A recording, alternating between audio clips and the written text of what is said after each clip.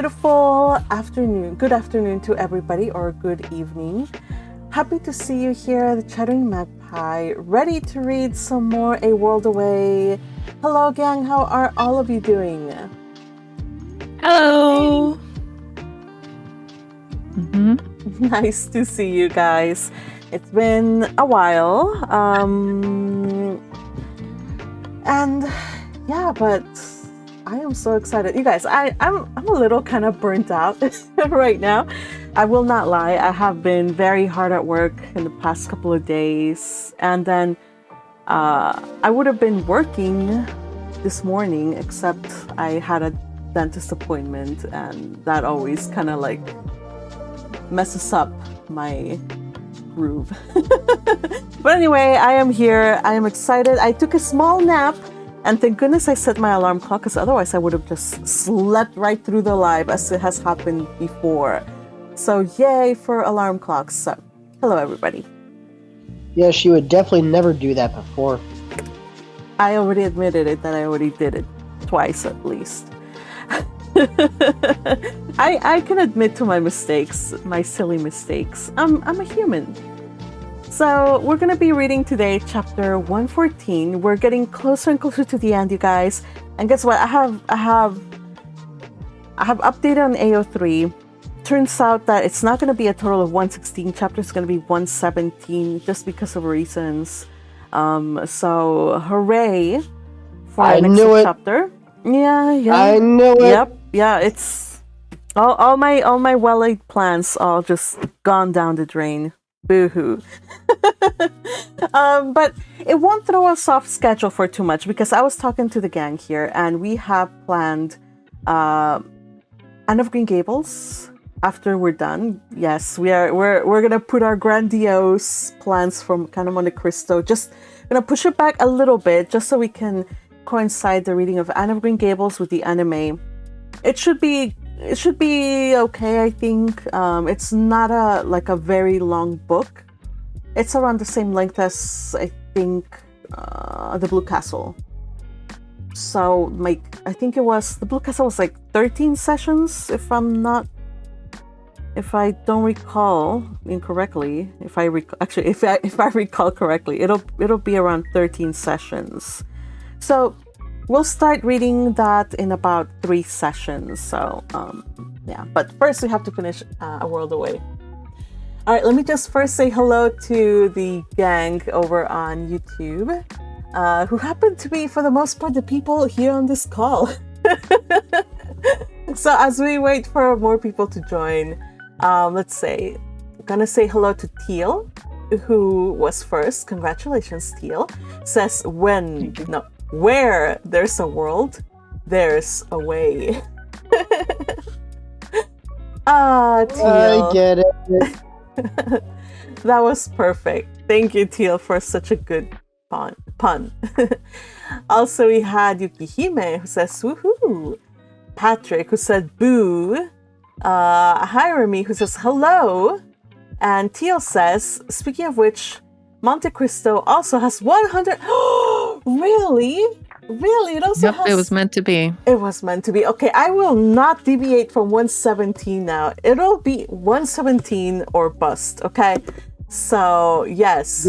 She says no. I do not believe her. Stop it. You should do Stop jinxing me. Stop it. Your negativity is not needed here.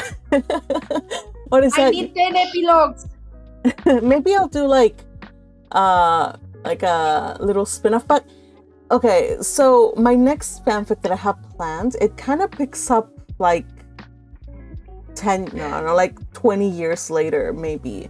It's still within, so it's kind of like post canon, but also kind of draws from like the ending of AO3. And actually, if you guys didn't know, all of my fanfics are related. All of them, including Blutlitat's trial. I just haven't been able to tie together everything, but they're all related. From Schlaftum's trial, you guys saw me how I tied it up to AO3. Blutlitat's trial is also linked to it. Of course, Schlaftrum's blessing is also tied to Winter Comes to Alexandria. So those are also very much tied together. So far, everything, all of my fanfics are in the same kind of like headcanon, but. And you know what else is linked? Mm? The Chattering Magpie, your main channel, where you should all like and subscribe and support your magpie. Yes, listen if you to would Patrick. like to join us on the Discord, you can definitely become a member of the main channel, and then you'll have free access. Yes. Yeah. You can join my minions, and we can all get a roll. Join the Magpieverse, the universe of Magpie. Yes, do join the Magpieverse. Let me see if I can get a link. The Chattering Magpie channel. I don't know. Do I really have to send a link? Yes, I probably should. I will actually put a very special link. And it should, if you want to support this channel directly with your funds, just click on that very, very special link that I have posted on the chat. And it'll take you directly to the page where you can just become like a member of my channel, of my other channel. Eventually we'll get to 1,000 subscribers here, you guys. I have not lost hope, but yeah. All right. So thank you for that plug. And also, I saw that Fergie is also saying hello with a quack. Hello, Fergie. Happy to see you. Okay, so... Quack. Canadian goose quack. So let's talk about kind of like where we left in A World Away chapter 113. Anybody remember? I know it's been a while. It's been like 5 days. And so if you don't remember, that's okay. I don't remember either. But we kind of need to remember in case I start saying big spoilers. So help a girl out, somebody.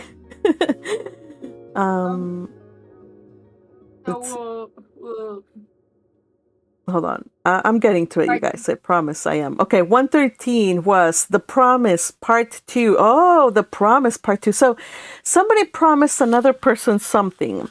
And in this case, we have, well, chaos in, like literal chaos in the Archduke Conference, you guys. It's the first day.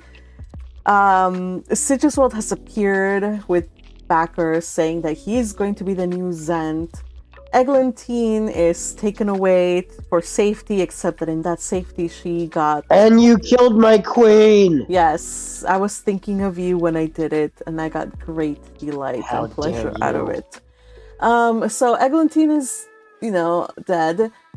So there's just panic at the Archduke Conference, and in the middle of all that, Rosamine shows up, and she's like, Ferdinand, come into my circle of safety while we can ride out the end of the world. And he's like, yeah, but what about everybody else? And she's like, yeah, they're dead. Like, they're doomed. And he's like, no. So, of course, he's not going to take the end of the world just like that. So, against her pleas, he steps out to go, be a hero and save the world. He says he doesn't want to be a hero, but let's just... He was made to be a hero. So anyway, he has Eckhart bind her and take her away to safety, ostensibly to the sovereignty. Unfortunately, we also see that, let's see what else happened, 113. Yeah, Myne is like, no, like, save me, Eckhart, big brother Eckhart, come on, let me go after Ferdinand. But he's like, nope. Because unfortunately, Eckhart is not going to pay any attention to her. The only thing he has in his mind is the safety and well-being of his lord, who alone can save Myne and the world, I guess you could say. So that's where we left off. Anything else? Rosamine finally found out that what her counterpart has been up to recently. Yes. I think somebody somebody either on the comments here or on Discord or the comments in AO3, they were disappointed by the reaction of her learning about Myne being pregnant with Eckhart's child. I guess I could have just made it more heartrending. Did you guys want it more heartrending? I don't think it was needed. But I guess I could. No. Do you want more pain? She was way too busy with Ferdinand. Yeah, I think it came at an earlier yeah. point when everything was calm, like before all the fight and stuff. Maybe like a bigger reaction, but in the moment she was like, "Fine, another thing to deal with." I guess. Yeah. Yeah. So, yeah, we'll see where things are going. So we're gonna pick up right from that chapter, I believe. I don't know if it's right after he carries her, but I don't know. We'll see soon enough. All right. So I think we should continue on. Yeah. Today, reading is going to be Eustace is going to be read by Teal. Last Fram's going to be read by Yukihime. Eckhart's going to be read by Patrick. Ferdinand is going to be read by JC Fergie. Chaosopher is going to be read by Hirami. Rosamine and Myne is going to be read by Yukihime. And Gewenthal, an original character, is going to be read by Hirami. Today's highlights are brought to you by our very own Teal. Thank you for the highlights. Yay, Teal! Okay, you guys, are we ready? Yes? Yes. Yep. Let's do this. It is I time. suppose. It is time for this chapter, you guys. One of my favorite chapters, I believe. So let's do chapter 114. Goodbye, part 4.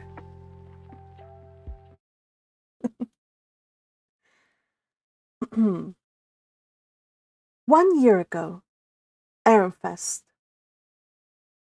The garden was quiet but alive, filled with the hum of insects and chirping of songbirds on a late spring afternoon.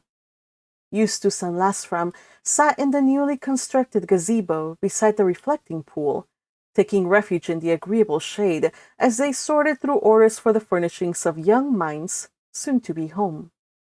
The gentle ripples in the pool mirrored the movement of the trees swaying under the mild breeze, the scent of fresh blooms mingling with the lacquer of newly carved wood. It was an idyllic setting, but neither man seemed particularly inclined to enjoy it. I too am of the same mind, lass femme, Eustace finally said, after patiently listening to his colleague's concerns regarding silverware and table settings. Young Myne will find the opulence much too over the top if we go with the gold set. I say we opt for the blue ceramic. It suits her season, and it should be safe. With time and exposure to other ladies in society, she'll acquire her own taste and splurge on something fancier. She should, at the very least, have the chance to get something personalized to her taste.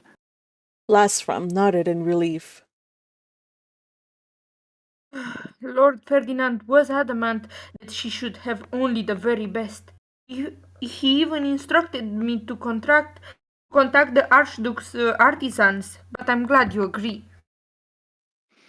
The same goes for the formal drawing room, Eustace sighed, rolling his shoulders as though shaking off the weight of the tedious task. He reached for the stack of boards detailing orders for fabric to be used in various rooms. Honestly, this is all women's work, and we have very little to go on when it comes to young Myne's preferences. She is stubbornly frugal. Frugal was putting it lightly.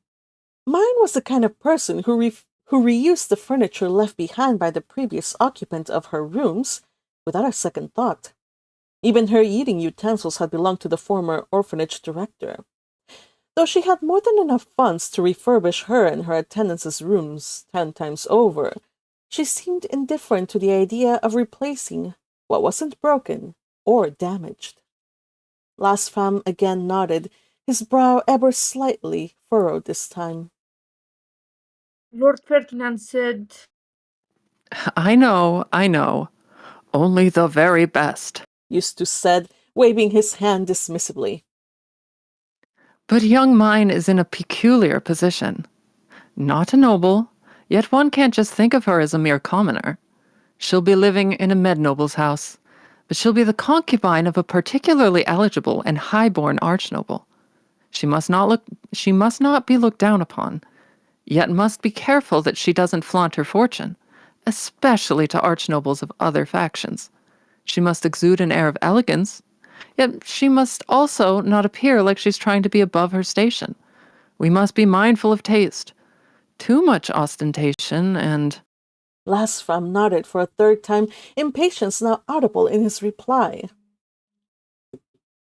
Lord Ferdinand indicated that we should model her formal rooms after an archnoble's house. He even suggested taking Lady Elvira's taste in furnishing as our guide. Eustace snorted. She'll hate it. Fine, let's do this. Furnish the formal drawing room and dining room according to Lord Ferdinand's directions. The rest, we'll try and strike a balance. Even if we avoid excessive grandeur, I fear young Myne will be overwhelmed if we go too far. I'll be sure to visit her often when she settles in her new life and help her and her staff personalize her home as much as possible. It's fairly impossible at the moment to talk to Rosina and Fran. They're beside themselves with their own preparations. If only we had more to go on. Lasfam sighed in defeat. Aside from her love of books and her request to dedicate an entire wing to her workshops, book rooms, and break rooms for her scholars, we have little to work with. Eustace scowled. And Eckhart is proving less than useful. Lasfam looked dismayed. Doesn't he see her every week? Perhaps we could at least get her favorite flowers for the motifs in the wood panel carvings and linens. Eustace rubbed the back of his neck. Already the end of spring, and despite once-a-week meetings, he's just not getting through to her. Those two are beyond hopeless.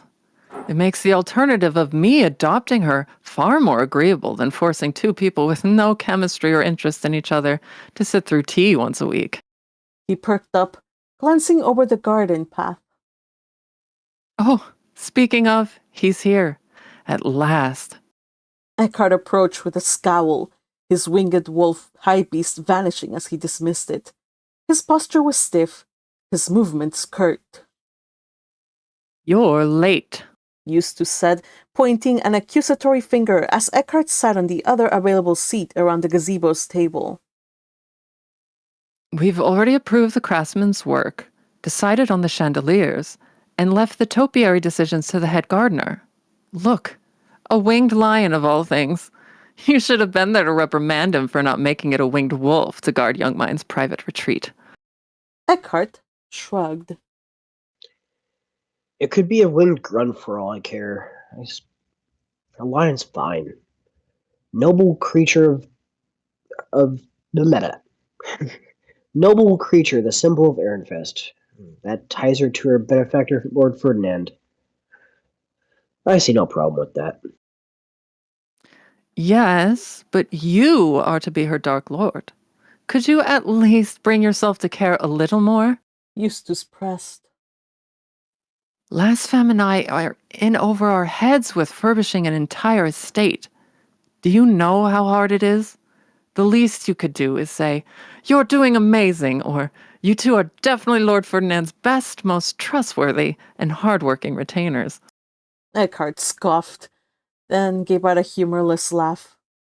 After rubbing his face and taking a deep breath, though, he sighed. You're right. And I'm sorry. I just don't know what you expect from me. Myne is... well, she's fine with whatever. And I'm happy to leave it to your taste. I trust you. I'm just no good at this. Eustace gave him a sharp look. Last femme might not say anything, but I will. We also have other responsibilities to Lord Ferdinand, and this is keeping us from them. So don't think you get to opt out. Actually try. Myne is to be your lovely spring goddess at the end of summer. It's coming sooner than you think. Look over these orders before we send them. With what was obviously an inward groan and great reluctance, Eckhart studied the documents while asking a few questions here and there. In the end, he approved them all, never realizing that he had signed off on last femme ordering upholstery, tapestries, and decorations nearly identical to his mother's formal drawing room, which both he and Myne would both end up hating. Just make sure to double whatever you initially ordered for bookcases. He said at last. That girl is... He hesitated, sinking into thought. Is? Eustace prompted. absurd. Absurd in her love of books. She talks of nothing else. To that extent? Last femme asked curiously. It was exceedingly rare of him to ever pry, but he found Eckhart's description of his future concubine extremely remarkable. What kind of lady was this Myne? Who seasons into your courtship and nothing else? No other interests? Well... Eckhart considered and ticked off the items from his fingers. Music, recipes, writing, books, reading books, book rooms, and Lord Ferdinand. He likes hearing stories about him. How curious. Eustace mused, failing to put the pieces together. It hadn't yet occurred to him that Myne might actually be in love with Ferdinand. To him, she was just another fellow oddball. A distant bell chimed, marking 5th bell. Last femme stood and gathered a stack of boards and papers. Since you approve, I must send out the orders at once. I'll see you both later. Thank you, last femme. Truly. Eckhart said to his fellow retainer. My pleasure. Anything for Lord Ferdinand. Last femme said with his usual gentle smile. Eustace did not leave, however. He sensed something was off about Eckhart's mood. He leaned forward, resting his chin on his knuckles. All right, you curmudgeon. What's got you in a mood this time? And whose blood will we be washing off the cobblestones? A corner of Eckhart's lips twitched, more of reflex than amusement. He didn't answer immediately, his gaze drifting past the neatly trimmed hedges and the blooming flowers by the gazebo, past the far end of the reflecting pool, where sunlight rippled against the water. But he wasn't looking at any of it. His eyes had the distant, unfocused sheen of someone lost in memory, seeing ghosts rather than the present. Is it that obvious? His voice was quieter, rougher than before. Eustace exhaled and shaking his head. You're radiating intent to kill. Well, it's nobody. Or nobody that is still alive. Eustace immediately understood. Sometimes, something would remind Eckhart of the tragedy long ago, of Heidmary and their unborn child, and he would sink into a dark funk. I just came from seeing my mother. Eckhart admitted after a long pause. She thinks I should move on, marry, give her grandchildren. Oh, yeah. That'd put anyone in a mood.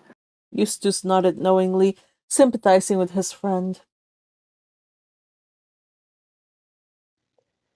I keep telling her there will be no one else. Eckhart said, exasperation threading through his voice. His hands clenched into fists on the table before he forced them to relax. There never was a love like ours. and there never will be again. Were it anyone else, Eustace would have rolled his eyes and made a joke to cut through the drama. But this was Eckhart. Eustace knew that he felt deeply, that he was a man who did not give love lightly, and that, once he did, he held on to it with an iron grip, even when there was nothing left to hold. She probably just wants you to be happy. Eustace said, his voice quieter now, carrying something close to understanding. Mothers are like that. Eckhart scoffed, a sharp, humorless sound. Ha! Is Riata like that with you? Purposely dragging up things that are best left in the past? Eustace chuckled dryly. I'm old enough now that she's lost all hope. You won't see noble mothers trying to foist their daughters on me anymore. Besides, Traugott is her latest pet project. He gestured lazily at Eckhart. You, though, you're still in your prime, so you'll have to endure their meddling a while longer. Give it another decade, maybe even more, since you're a knight. Eckhart's shoulders slumped, and he heaved a sigh in exasperation. Eustace felt a pang of sympathy for his friend, even feeling a little bad about having scolded him earlier. Eustace understood where Eckhart was coming from, even though he himself hadn't married for love and couldn't begin to grasp the depth of what Eckhart had lost. His union had been arranged, a practical match that produced a child, but the ties to that family had always been tenuous at best. When the time came to choose between them and Lord Ferdinand, he had left wife and child behind without hesitation and never once looked back. Eustace knew it wasn't his place to push or pry. However, he privately thought it a shame that Eckhart, once so deeply in love, had shut himself off. But with him entering into an arrangement with Myne, any talk of entanglements, romantic or otherwise, was already a moot point. I just don't know how to tell my mother about this business with mine without giving her false hope. Eckhart admitted. Eustace leveled him a knowing look. You know you'll have to do it sooner or later. Why haven't you told her yet? She's going to find out from someone else, and when she does, she'll never forgive you. I know. I just... Eckhart exhaled, rubbing his temple. This thing with mine, it doesn't feel real. At all. It's easier to imagine she's just my little sister. Or something. Someone I visit once a week. Eustace's eyes widened. Are you kidding me? That's what you've been telling yourself this whole time? No wonder the two of you are getting nowhere. But the contract. She and I will never... That doesn't matter. Eustace cut him off. Look, I get where you're coming from. I do. But this isn't just about you. She's planning to leave behind everything and everyone she's ever known and step into a world that's friendless and strange, all by herself. Eckhart blinked, as if that thought had never fully settled in his mind. I beseech you, Eckhart. Eustace continued, his voice uncharacteristically firm. Think about her going forward. You don't have to woo her for real. You don't have to make her love you. I know that's what you've been trying to avoid. But for the love of the seven, at least make sure she feels like she can rely on you. She'll need that from you. A friend. An ally. The scent of blooming roses and lavender drifted through the air, mingling with the sharper tang of freshly clipped greenery. Beyond the reflecting pond, dragonflies hovered over the water's surface, their iridescent wings catching the afternoon light and shimmering like fragments of a dream. The garden was alive with quiet beauty, but Eckhart saw none of it, His gaze was fixed beyond the flowers, past the glistening pond, to the winged lions guarding the entrance to the private garden. They reminded him of his master's wishes, of the duty he had almost let slip through his fingers, tangled as he'd been in the threads of his own unresolved grief and personal problems. Eustace's words pressed on him like an unshakable weight. A friend. Eckhart murmured, as though testing the word. An ally. Yes. You have Las Femme, you have me. Eustace's voice was softer now, but insistent. But who will she have? Eckhart met Eustace's gaze. Me. Eustace nodded, satisfied, but his expression darkened as he leaned back against the gazebo's wooden railing. And remember, Lord Ferdinand expects you to be her protector. Your mother, society, everyone else doesn't matter. You can't fail him. If something happens to Myne while she's under your care, you'll be failing him. Something shifted in Eckhart's expression. The distant grief, the hesitation, it all locked into place behind the soldier's resolve. Right. He said at last. Caring for her is my duty, after all. Duty. That was what he called it. Above them, the wind rustled through the branches of a majestic, white-blossoming amelia tree, scattering pale petals into the reflecting pond. They drifted on the water's surface, circling in lacy spirals before sinking out of sight. Quiet, unnoticed, gone. Far beyond them, beyond the garden, and beyond the world they knew, something unseen stirred. The hands of Liebeskilfe, freed from her bonds thanks to Chaosifer, gleefully got to work, weaving Myne's destiny into threads that neither of them could yet see. Eckhart thought it was duty. He had yet to understand that it was something more. Final morning of the damaged weeb. Ferdinand's boots barely touched the stone floors as he sprinted out of the chaotic hall, his heartbeat pounding in his ears, the blood in his veins racing hot and ready for the fight of his life. He heard nothing, saw nothing, cared about nothing except the black-cloaked figure that had taken flight the moment he had given chase. Whoever it was, they were fast, too fast.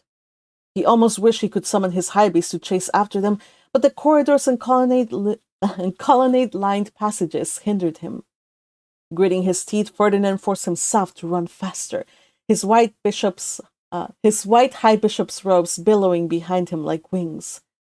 Rosamond had warned him it was futile, that this battle was lost before it began, but Ferdinand had never accepted such thinking.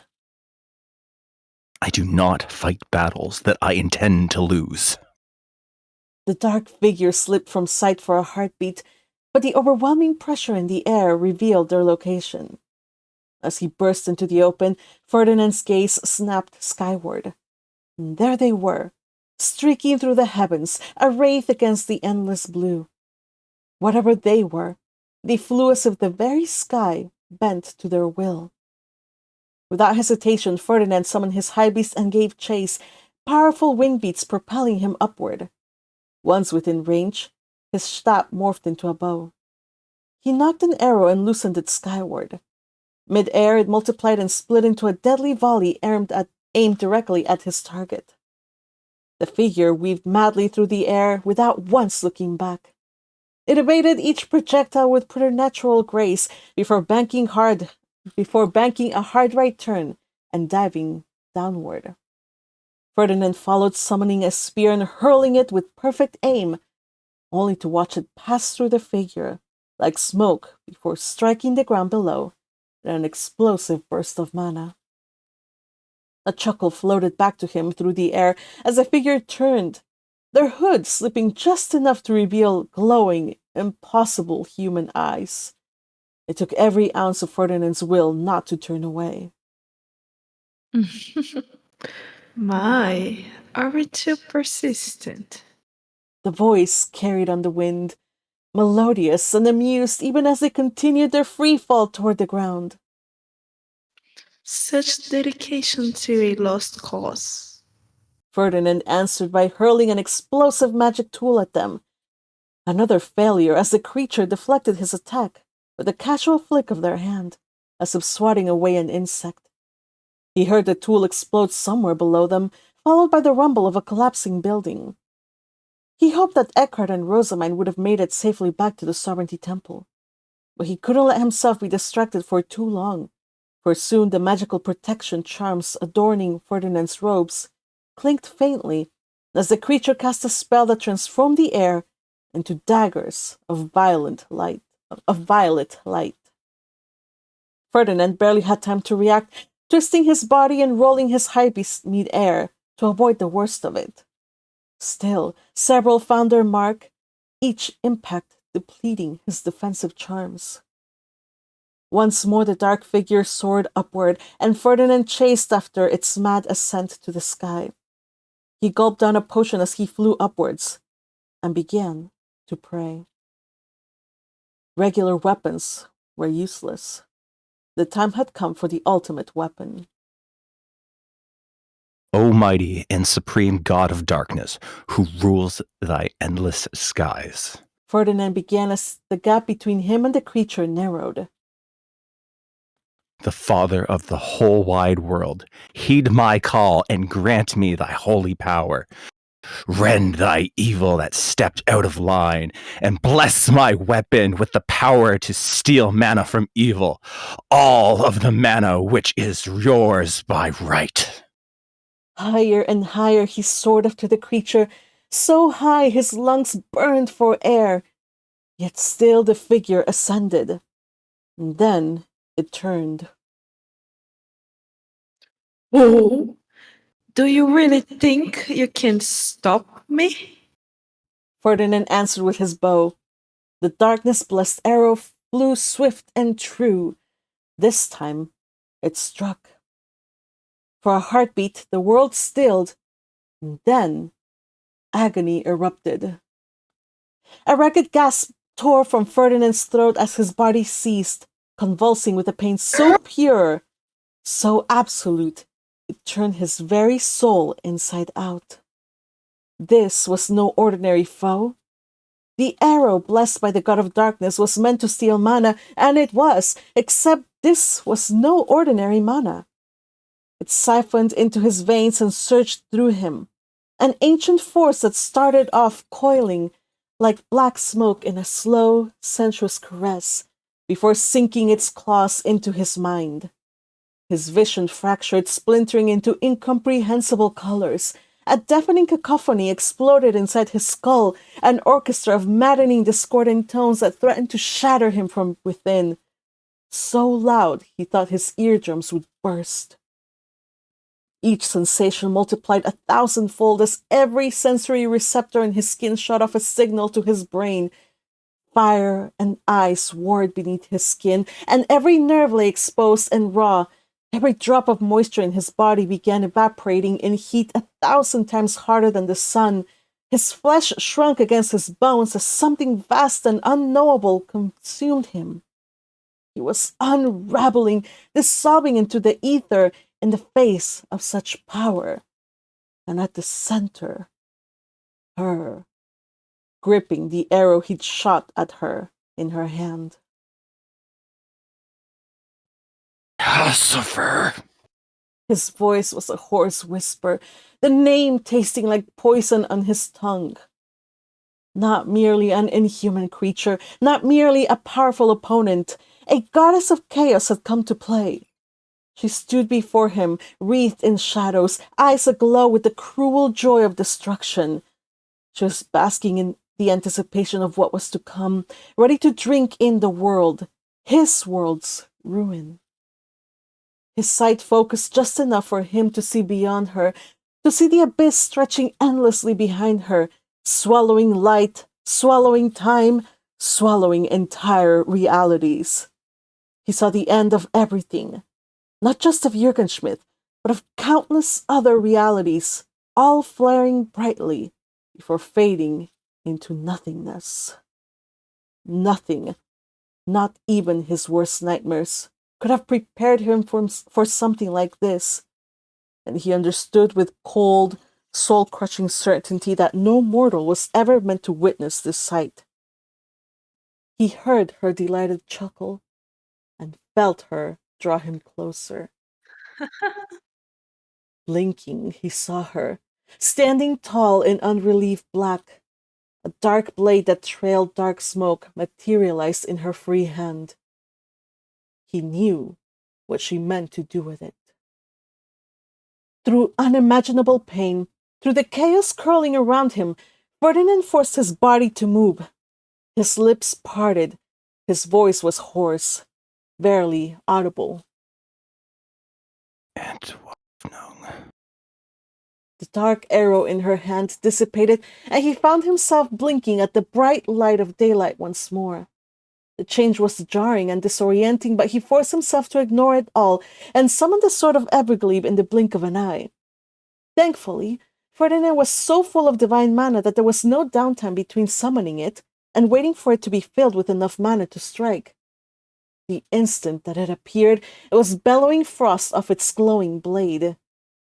He swung the sword with all that stolen divine mana, a desperate final attempt to take her down. The blade connected in an illuminating strike. A scream tore through the air, whether hers or his, he did not know. A blizzard of power exploded between them, and for a moment, blinded as he was by the unleashed fury of ice and snow, Ferdinand thought he had somehow bested her.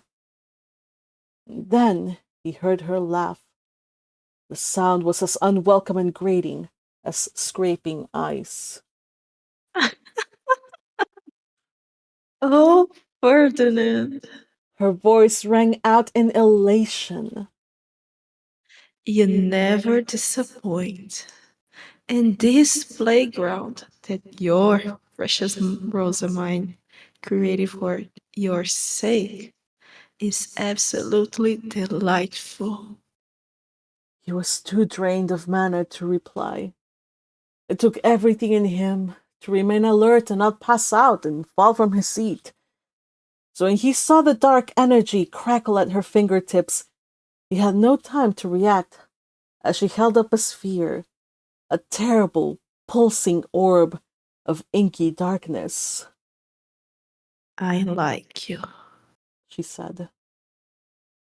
so I'll let you have a front row seat.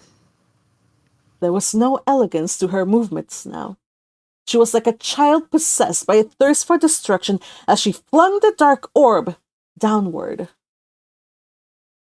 No! He bellowed. He lunged forward, and despite the heaviness in his limbs, he tried desperately to reach for it. But it was too late.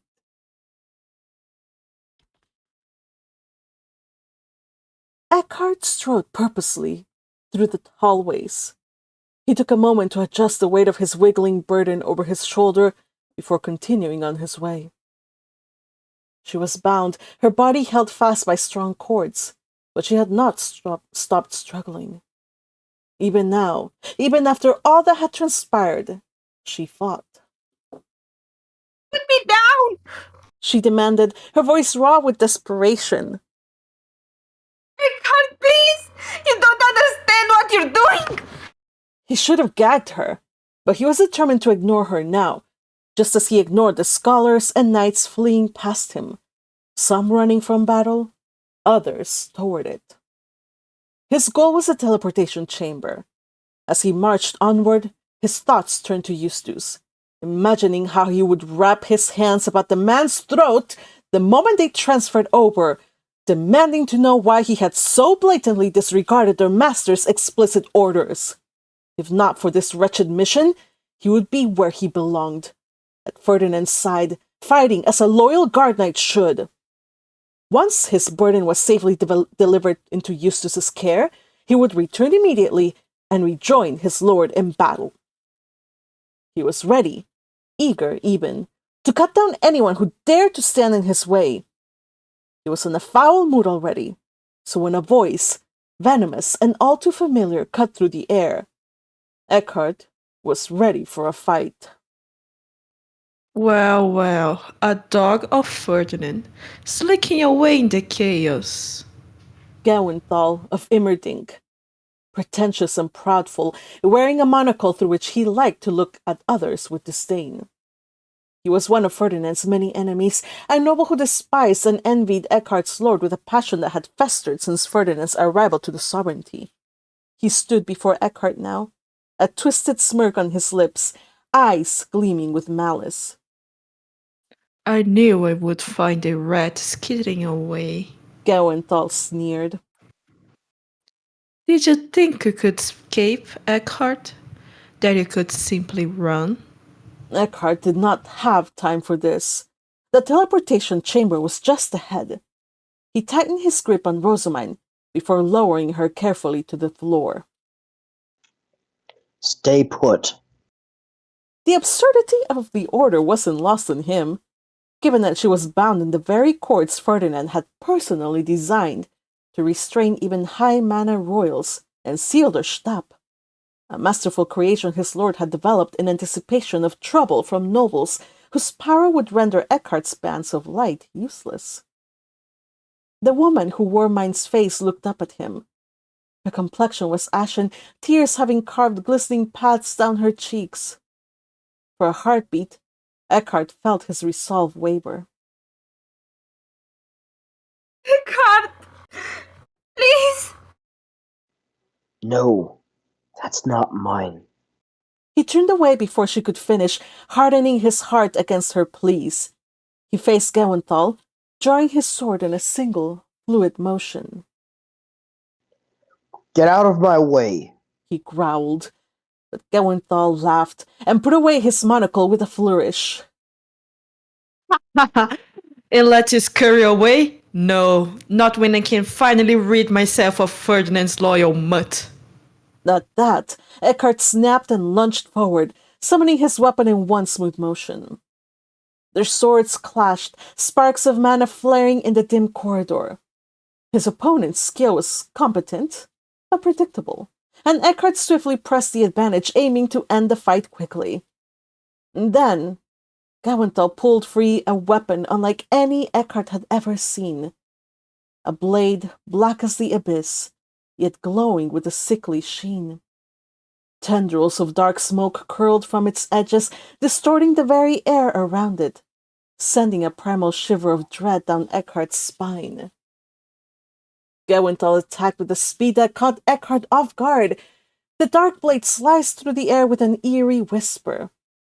Eckhart met the attack with a sharp parry, but when his sword connected with the strange blade, it passed through, as if striking mere shadow. Eckhart's sword barely slowed Gewenthal's attack before the cursed blade sliced through the air once again, cutting through Eckhart's shield and carving into his side. Pain erupted like wildfire as the black blade sliced into him, smoke seeping into his wounds like poison. It burned, not like any wound he had suffered before, but with an unnatural cold that seeped into his veins like creeping frost. The world wavered as dizziness and nausea flooded his consciousness.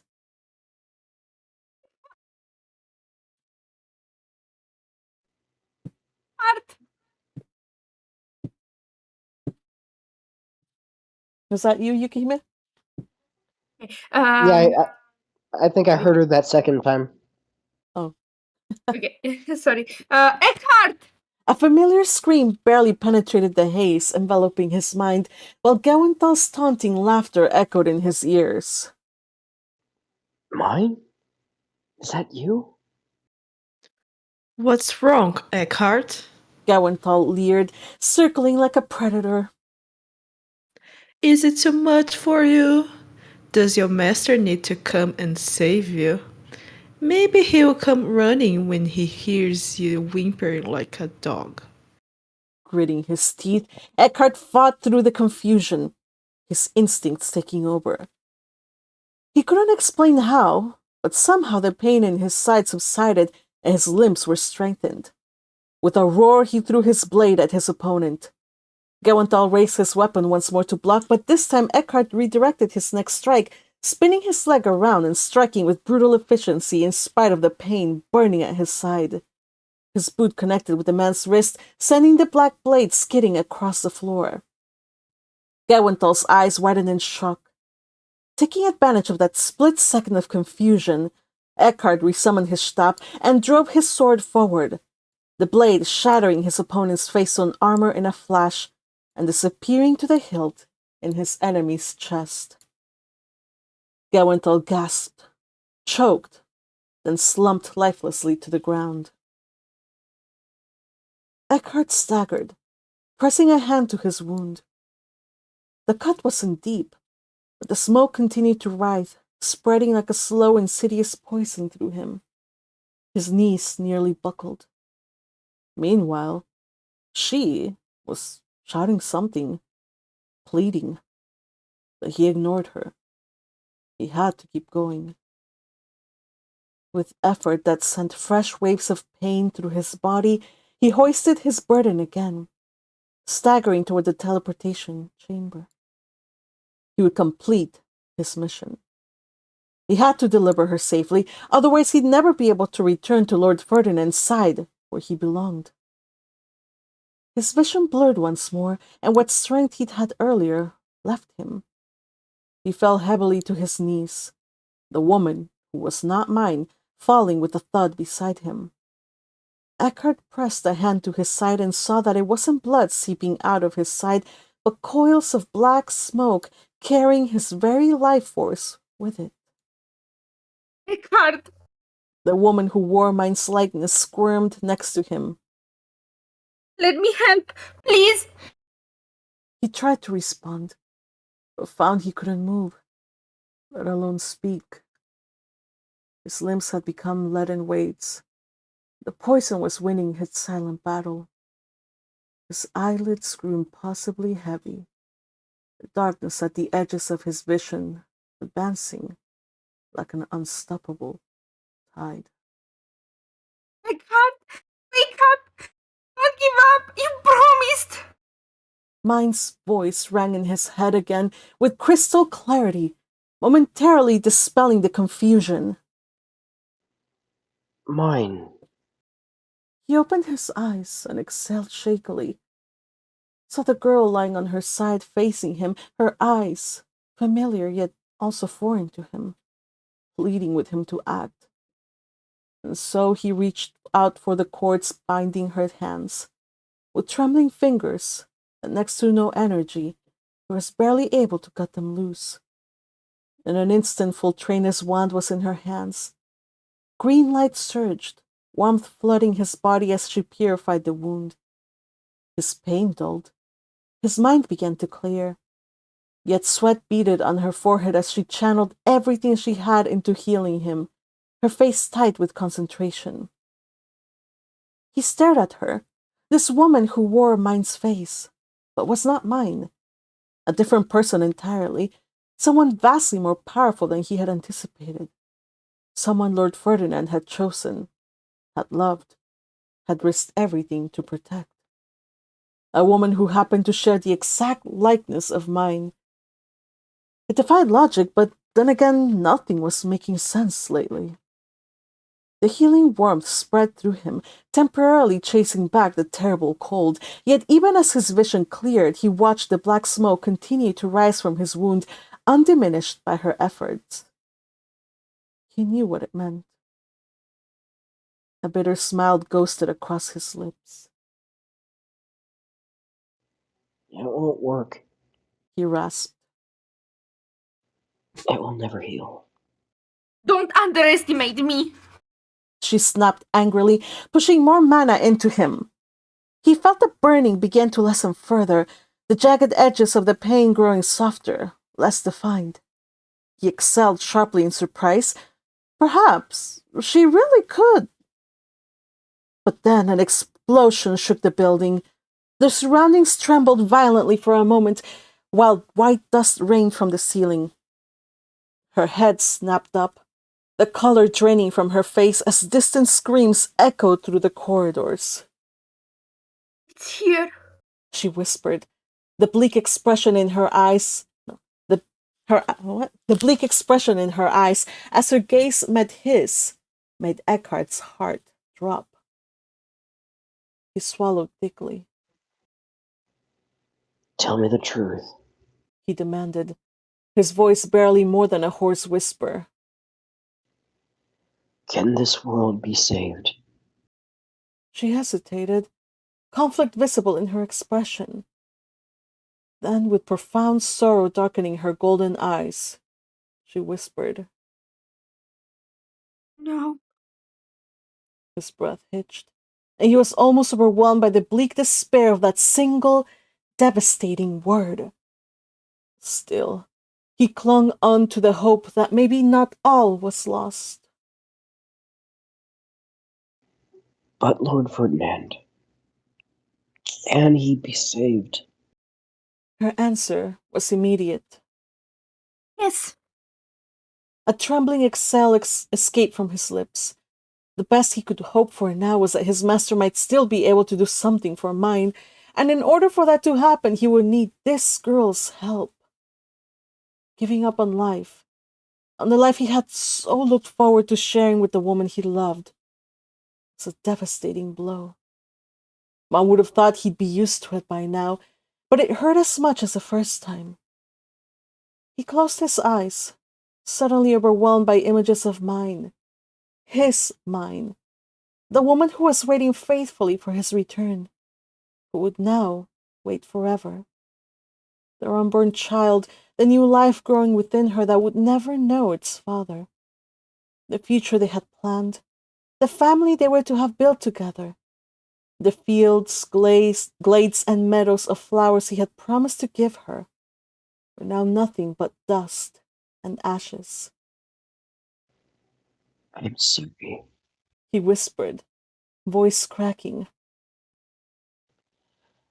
I had a duty to you, and I failed you. Eckhart? His eyes opened, finding hers. Do you love him?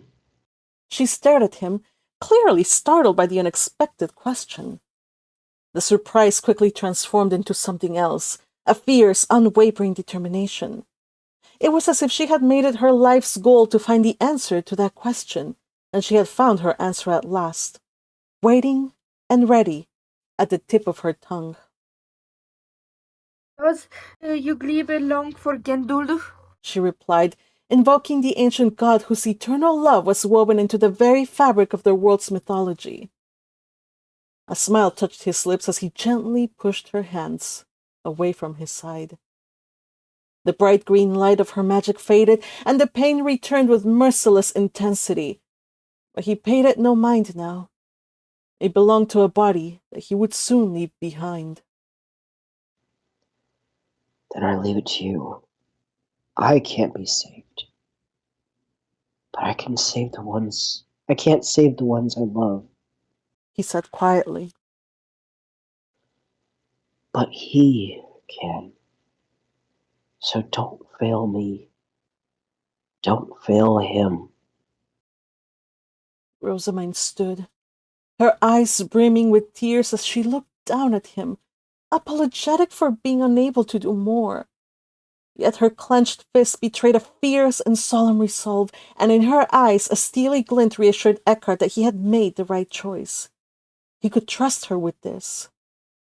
Without another word, she turned and ran, disappearing into the blinding light that poured through the crumbling walls. Eckhart remained where he was. He exhaled slowly, feeling his body growing increasingly distant, as if he were already beginning to separate from it. Yet suddenly he felt enveloped by a powerful surge of mana, familiar and achingly sweet. He turned his gaze upward, to the sky, to whatever lay beyond it, and Eckhart thought he could see a small pillar of light coming down, centered on him, and with it a shower of white petals. Though he couldn't see her or hear her voice, he understood her intent with perfect clarity. Myne, his Myne, was going to hold on to him until the very end, bridging the impossible distance to be with him in his final moments. My love. He remembered every precious moment spent at her side. They'd had so little time together, and his one regret was that he'd not grown to love her sooner. But even that short time that had been enough to change his life. And if he could do it again, he would. He'd choose her again, and live it all again without hesitation. Every searing, passionate embrace, every tender kiss, every caress, every whispered promise exchanged in the quiet darkness. Yes, he would do it again 1,000 times, even knowing that it ended here in pain and separation. And as the last tendrils of smoke rose from his mortal wound, a final prayer left his lips, a plea to the gods, to anything that might be listening. Please. If there was another chance, let me see her again. Let me love her again. When the final devastating explosion came, tearing through reality itself, ripping the very foundations of his world apart and taking him with it, a brilliant light cascaded from the heavens. Through vision rapidly dimming, he looked up once again, and in the midst of the all-consuming devastation he saw it, a stairway of light, stretching gloriously toward the distant heights. Through the roar of destruction and the deafening collapse of the great ancient hall, he heard Myne's tear-filled voice, reaching out to him one last time. Love you, Eckhart. Don't worry. We'll be together soon. A final sigh escaped from his lips, and as the last of Yerkenschmidt crumbled around him, Eckhart let go. He was not alone at the end of the world. Myne was with him through to the very end. End of chapter. Damn it, Red, this was a serious moment. Oh, you guys, I need a breath. I need a breather, you guys. I am crying over here. I wrote this and my stomach hurts right now. I'm sorry, you guys. You guys make it seem like so like real. So like, yeah, I'm devastated right now. Please. I hope I wasn't speaking too softly. No, we got you. Oh my gosh, everybody. It's okay. Everybody did so good. Oh, you guys are getting better and better with each chapter. Every single one of you guys. Oh my gosh. Can I say though, Chaosifer with her reverb voice, like Hirami, yo.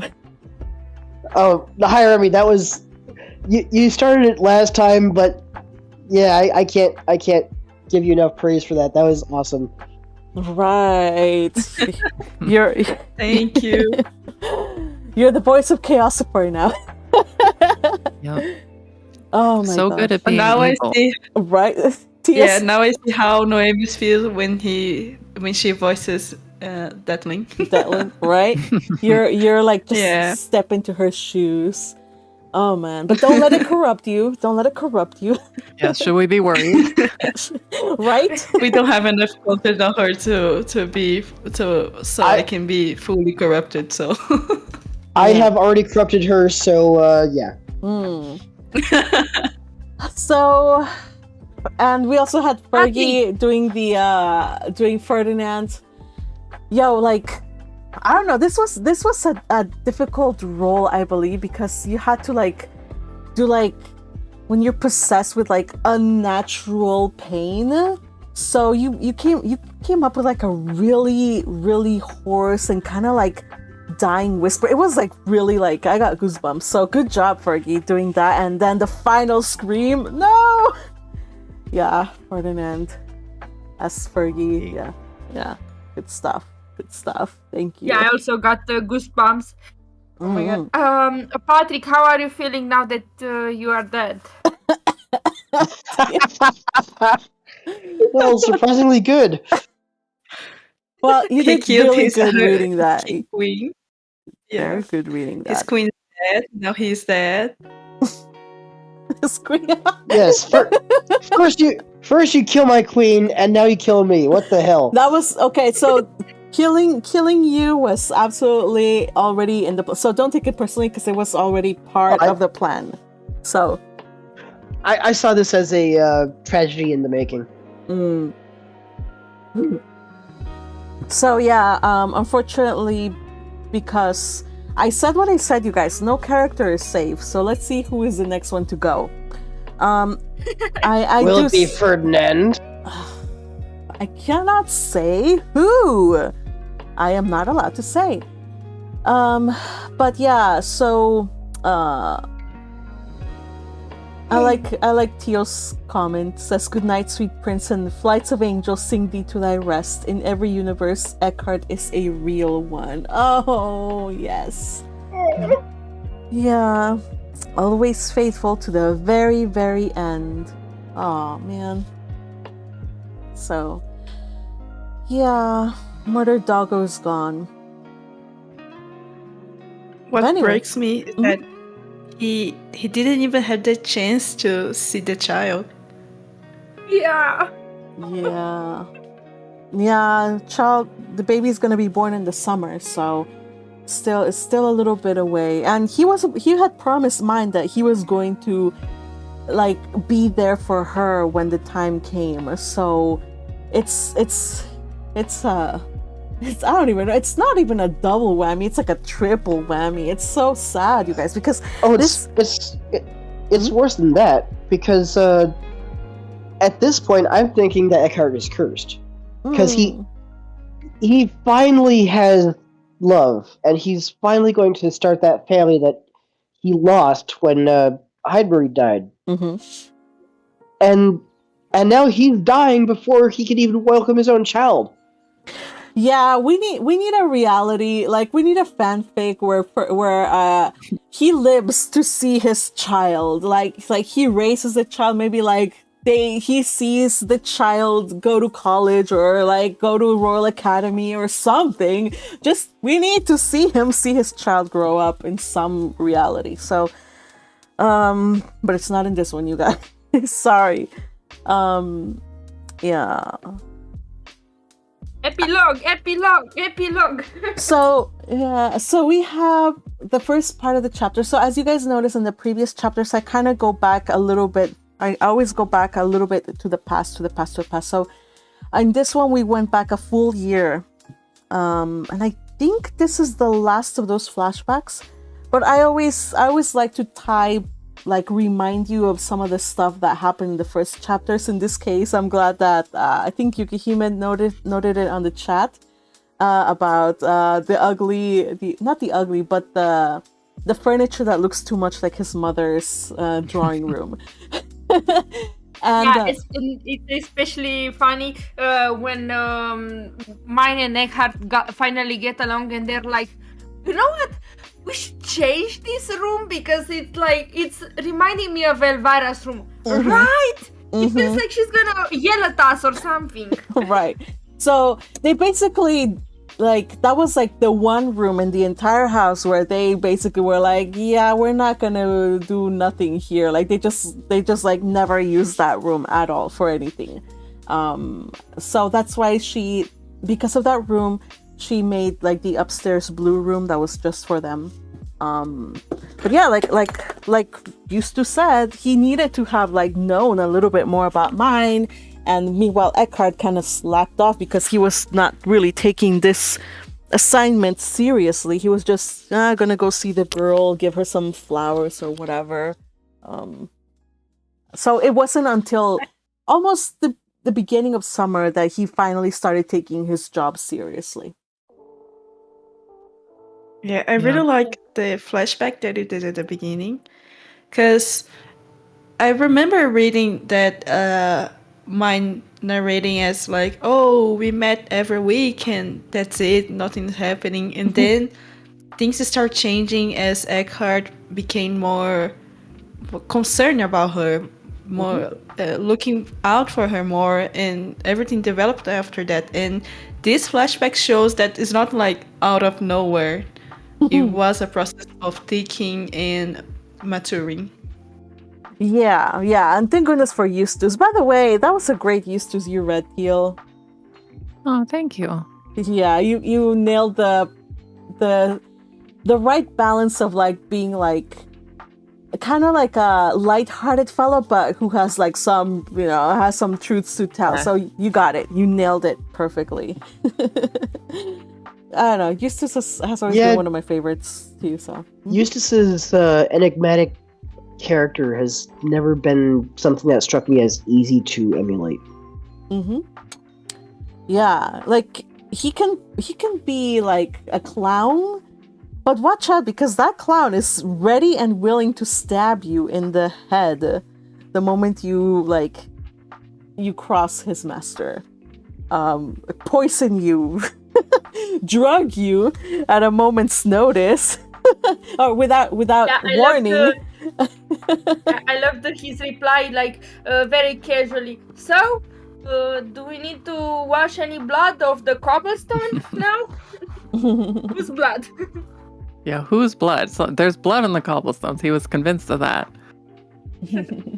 There is going to be. It's an inevitability. By the way, I'm sorry. I'm just looking at the chat. I don't know what's going on here. What is happening? I tried to follow Not my you fault. guys. I tried to follow you guys. I was not involved.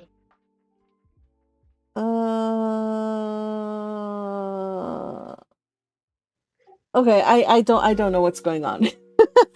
I love you guys, but if you are like saying stuff that's gonna distract me, I probably am gonna stop paying attention to your comments in the chat. Just saying. I love you, but I have the attention span of a bird, so like a literal magpie. So please don't be offended. Teal, were you gonna say something earlier? I think you were. There was a really cursed comment I wanted to say. I don't know if it's the right time tonally and everything, but okay. Poor sweet Eckhart shuffled off his mortal coil, as far as we can tell. So he gets to the towering staircase, and what if Heidemarie's there? But then, like, who does he hang out with in the end? Oh! Right. Ooh. Well, the good thing is that in Jürgenschmidt you can have multiple wives, so I don't think that's going to be a problem. It'll be fine. Yeah. Also, Heidemarie would totally not want him to just spend his entire life sad and miserable and alone. I have better hopes for her. Right. Yeah. And who knows? I mean, maybe by the time Myne gets over there, she'll be an old lady with Ferdinand, and they won't have to worry about that. I guess. Maybe. Yeah. So, Eckhart will have had a couple decades to hang out with Heidemarie and the baby that was never born. Maybe, stuff like that could happen. We'll see. Epilogue. Epilogue. I will just say epilogue to everything that you guys want to bring up that might be spoilery. Yes. Let's see. Red Tempest says the Eckhart mine was destroyed before the baby even came, and if Myne dies, it will be an orphan with lots of money. Maybe they can become Batman. No, don't. That would be so sad. If Myne died, that would be so sad. Stop it, Red Tempest. But yeah, he would be Batman. A loaded child. I know, but Batman, right? And the child would be loaded, but they would be living, rattling around the huge empty mansion. If you think about it, Batman's life is really sad. I've always thought of him like a very sad man, just living in this sad life. having these irrepressible urges that he can only let out when he cosplays as a bat. I don't know. I mean, look, there's a reason why Batman, being the gloomy, brooding weirdo that he is, has always attracted men for Hey, women however too, many huh? decades. Yeah, that too. Women too. I tell you, 1990s Batman in the animation, man. Yeah. I was a fan of that show. Yes. So yeah, Batman has a very interesting origin, but we'll see. We'll see what happens. Myne is still around, so she might be able to just be a good mom, Hopefully things go right with them. Let's see. Anything else that I wasn't able to get to? Yeah, so like I'm still like, Ferdinand, what are you even trying to accomplish here? Like he has no like clear reason to attack Chaos Sphere. Like he just thinks, okay, if I kill the goddess of chaos, everything will be okay. Like what? Dude. What's your thought process, dude? So this was what I thought. And first of all, at first he just thought it was like some kind of like, humanish, kind of beastish, like some kind of hybridish thing that he could take down. I don't know. Like he not quite human. Never really thought of it as being like a deity. It wasn't until later that he realized it was a deity, and then he was like, dang, like have to pull out all the stops. So that's when he said, like, I'm gonna use their mana against them, see what happens. I don't know. Like at that point he's just desperate because he knows that something bad is gonna happen. Rosamund already told him the world is gonna end, the gods are involved, and there's nothing you can do to stop it. So he's like, well, I'm gonna go down with this ship, or I'm gonna go like do anything, like stop at nothing. I don't know. Do you guys think? Okay, tell me an alternative. What other thing could Ferdinand have done? Tell me, please. I'm interested. Actually, I'm interested because I thought about this long and hard. I don't Long know, and hard. Okay, I did not mean it as in like the decision was bad. I feel like it fits for the most part with what he's done until now and how what his mental process is at the moment. I just meant like it's stupid in the grand scheme of things for him to do that, but like it makes sense, like your decision was good, Magpie, to write it as that. I feel like but I'm still annoyed with him. It's beyond hopeless, right? It's beyond hopeless. Yeah, exactly. So yeah. No, I honestly I think of these things. I'm like, but how am I supposed to get around this great big boulder? And unfortunately, in my head, Ferdinand is gonna fight till he drops. Like he will die in the attempt to do the thing that he needs to do. Like, and he's a reckless fool too. If you think about it, he's a gremlin also, so he's gonna do things. If I am complained. If I am okay, I thought about one thing. The fact that the way he noticed Chaos Sphere in like the chaos fight, and then immediately started fighting her. Maybe it was putting together too fast. I don't know. Like he could have. Okay, so maybe he needed something from Myne to from Rosamund to be to figure it out who she is, or I don't know.